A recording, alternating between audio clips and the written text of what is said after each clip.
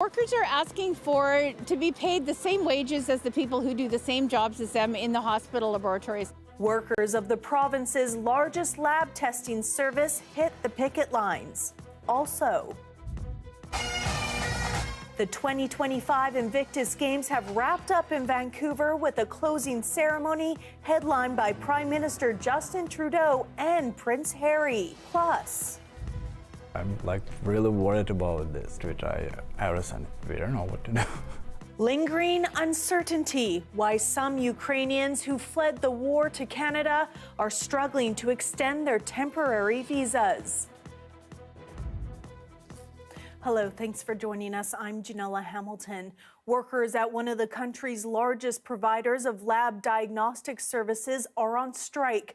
As Sarab Sandhu reports, the union says LifeLabs employees have been without a contract for nearly a year, and the job action is a last resort after months of failed negotiations.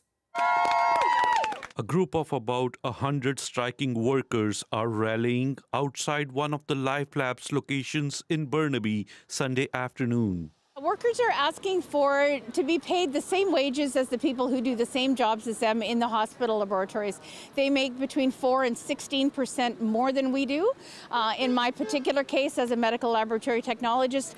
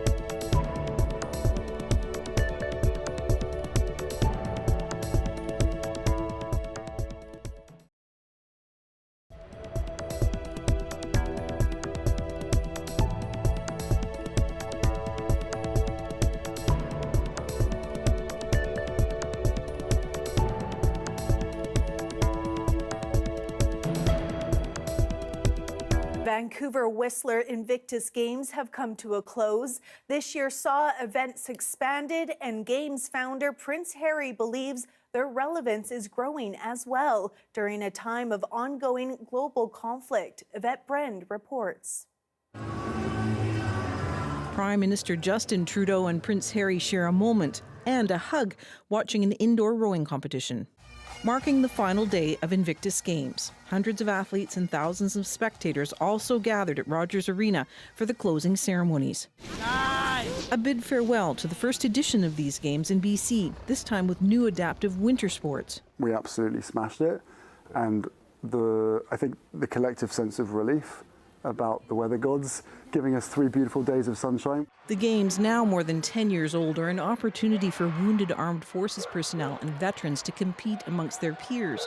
To Prince Harry, the Games are only growing in relevance given current world conflict. And by the looks of it, there's always going to be a need. And now that we've grown to 23 nations, inevitably, even if you just have 5% of those competing nations in some form of a conflict, then you're going to keep needing you're going to keep needing a Games. This year, the Games featured 11 different sports between Vancouver and Whistler, with 550 athletes, many of them now looking forward to the next Games in 2027, when Invictus will return to the UK. Yvette Brand, CBC News, Vancouver.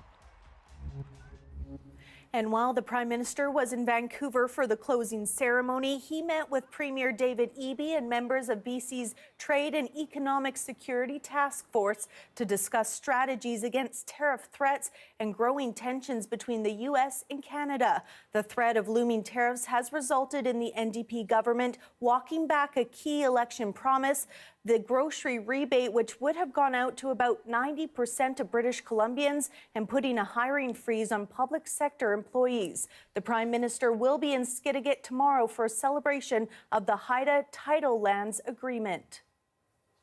Many of the 300,000 Ukrainians who fled to Canada under temporary emergency visas are facing uncertain times as their visas are set to expire next month. To stay in the country, they must apply for an extension to a working permit or a student visa, but in order to do that, many will need to renew their Ukrainian passport. And as Pinky Wong reports, delays in consular services from Ukraine may be putting those extensions in peril.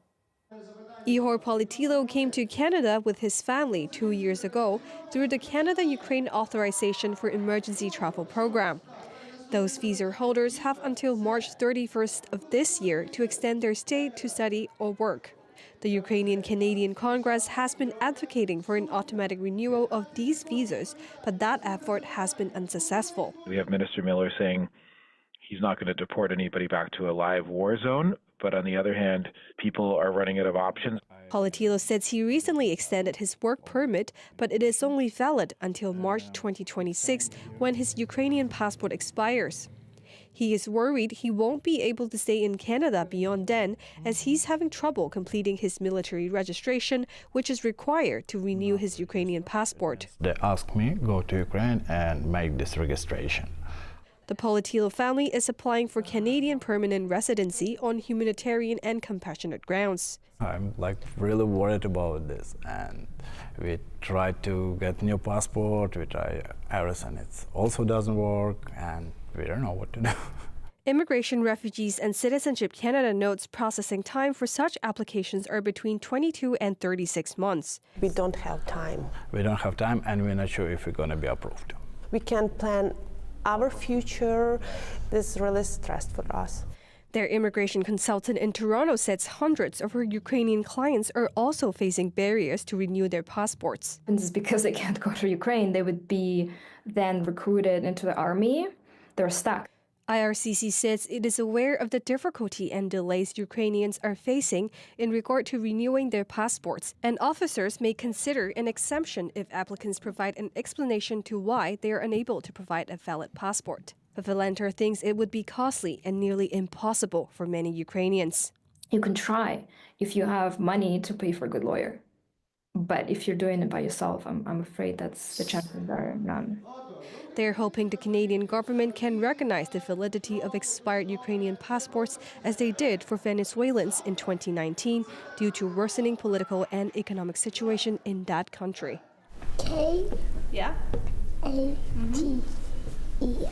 We don't want to go back to Ukraine because Katrina, she don't know what the war means, and we want to stay this way. Pinky Wong, CBC News, Vancouver. To Vancouver Island now, where hundreds of people marched from Victoria's Centennial Square to the BC Legislature to remember the lives of missing and murdered Indigenous women, girls, and 2S LGBTQIA+ people.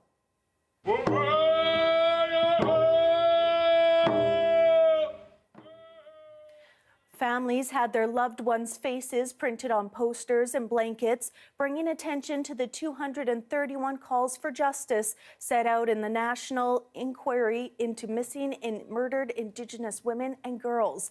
Organizers say the work is far from done, and the Memorial March serves as a nationwide call on all levels of government for justice for Indigenous communities and beyond. We are the highest number of people that are missing and murdered. I want people to know that every woman, every girl, every 2S LGBTQIA+ person, they're a human being. They had a story, they were loved, they are worthy, and they need justice.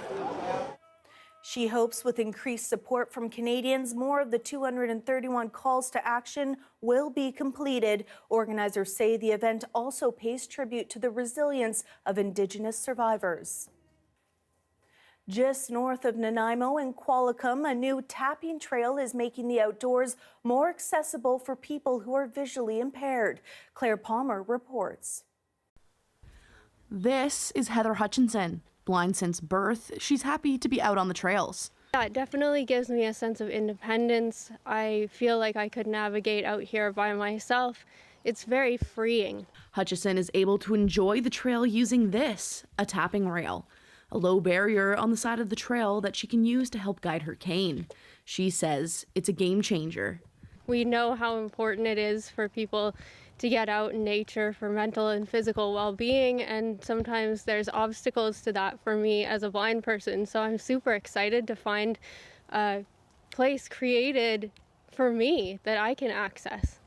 Advocates say small changes like this are crucial for independence and accessibility.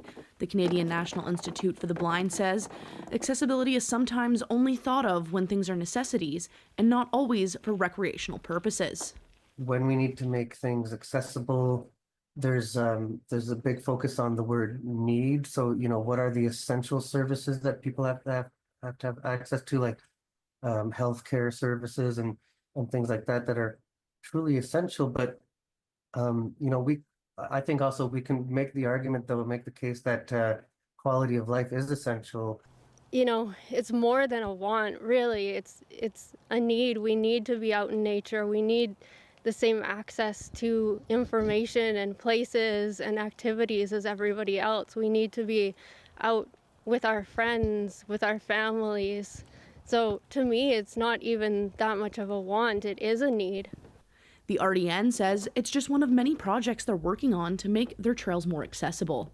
Very important to have access for everybody. We want to include people, we want to have access, we want to have barrier-free park systems so that people can enjoy the beautiful parks that we have in the regional district in Nanaimo. Many sights to see, many features, water access, ramps to get down to the water and beach areas that we're working on with gangways.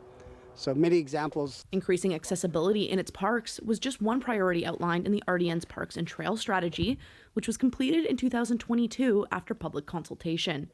Claire Palmer, CBC News, Qualicum. A group of researchers on BC's north coast are using drones to collect whale snot. Researchers hope it will help identify threats posed by increased marine traffic, especially as LNG Canada gets set to send its first shipments from Kitimat to Asia this year. One thing that we're looking towards in the future, once LNG starts up in this region, is to actually look at the stress hormones that are also present within that whale blow so that we can get a better sense for how they're responding to this really drastic increase in noise in the region, as well as the threat, of course, to ship strike. She says researchers Velcro Petri dishes to drones, flying them right into the blowhole of humpback whales.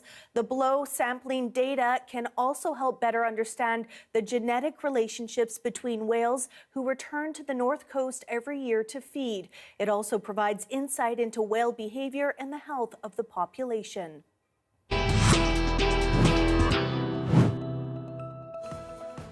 As the country faces down threats from the U.S., Canadians now have a fresh look at two politicians seeking to lead the country. Pierre Poilievre and Mark Carney. That's next.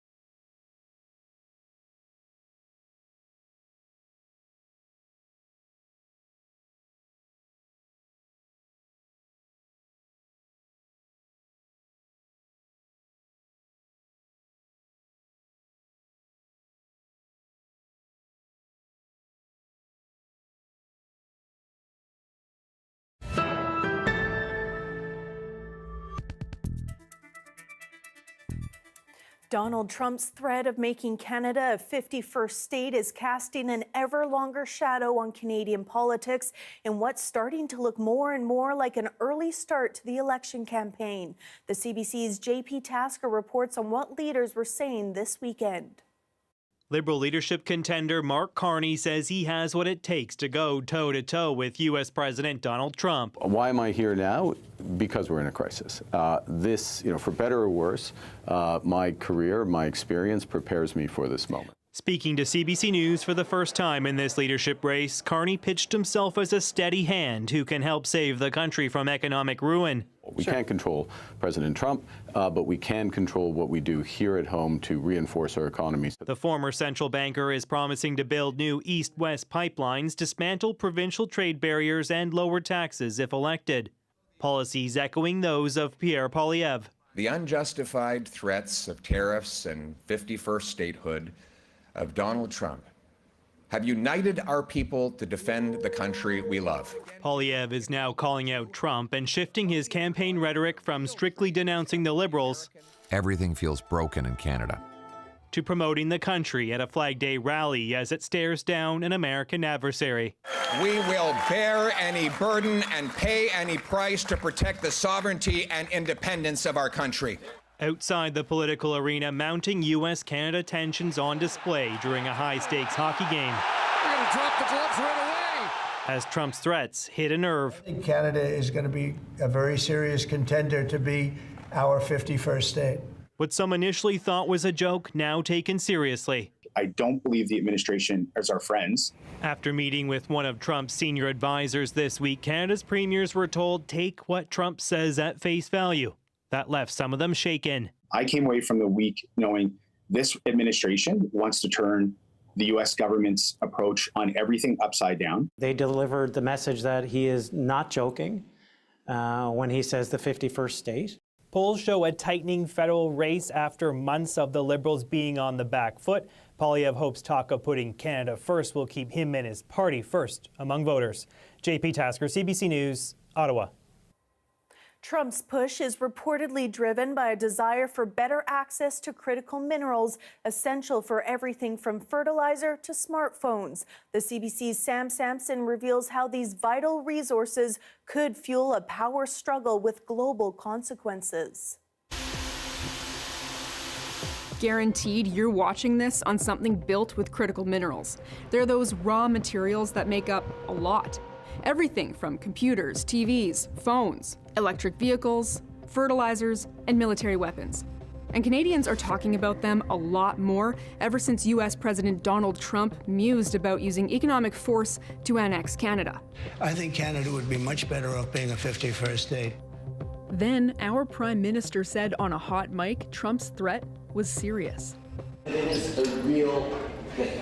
In my conversation with him, CBC cameras didn't catch the entire statement, but the Toronto Star recorded more. It reported Trudeau said, I suggest that not only does the Trump administration know how many critical minerals we have, but that may be even why they keep talking about absorbing us and making us the 51st state. The term critical mineral is a political one. If it's crucial to Canada's economic or national security, it makes the cut. Canada has 34 critical minerals extracted from sites nationwide, and we're a key supplier to the United States. Canada exported almost $30 billion worth of critical minerals to the U.S. in 2023, more than any other country.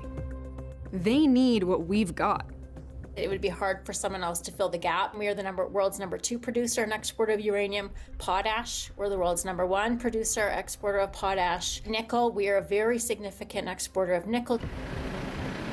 For the past few years, Canada and the U.S. have tried to strengthen North America's critical mineral production, even putting their collab in writing back in 2020, a way to be less reliant on China's and other countries' unfair trade practices.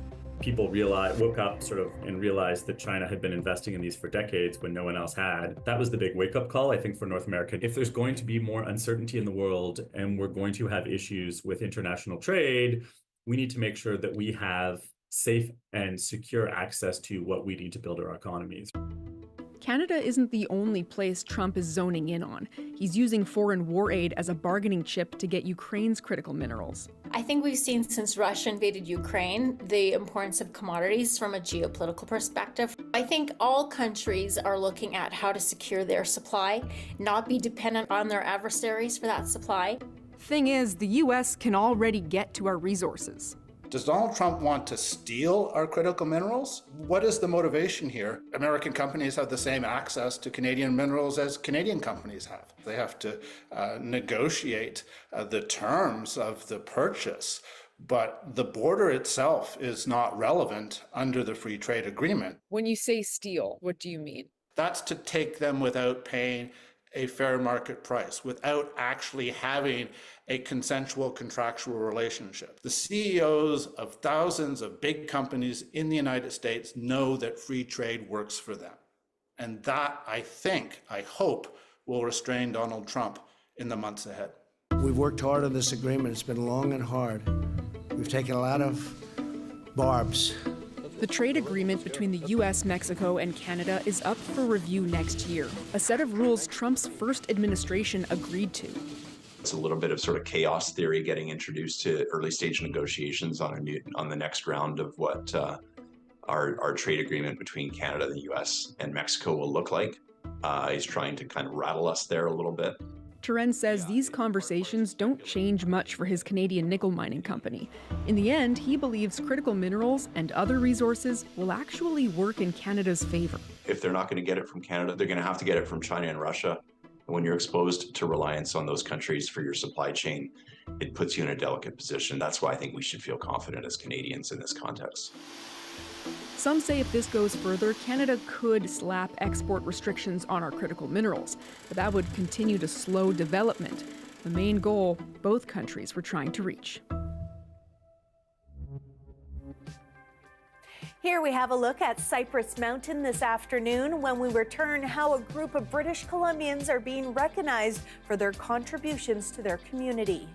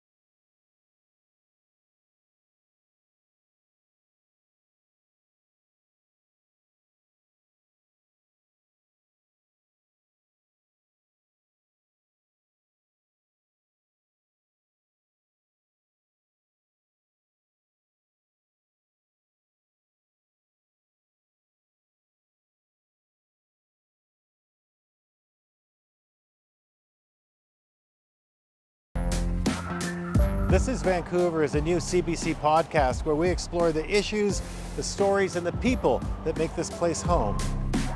Listen to This is Vancouver wherever you get your podcasts. A group of British Columbians were recognized for their work and contributions to their community. About 30 people were awarded a King Charles III Coronation Medal at a ceremony in Vancouver today. The medals were given out by Vancouver Kingsway MP Don Davies. Among the award recipients, a Vancouver OBGYN. It's really nice to be recognized for some of the work that we do, which isn't always something that is easy to talk about, but especially now with all the changes that are happening, I think it's more and more important that we talk about reproductive justice as something that is important for everybody. Organizers say the recipients represent a diverse group of people who have made significant contributions to BC or attained an outstanding achievement abroad that brings credit to the province. That is your late news for Sunday, February 16th. Thanks so much for joining us tonight. To keep up to date with all the latest news, head to our website at cbc.ca/BC. Wishing you all a very happy Family Day.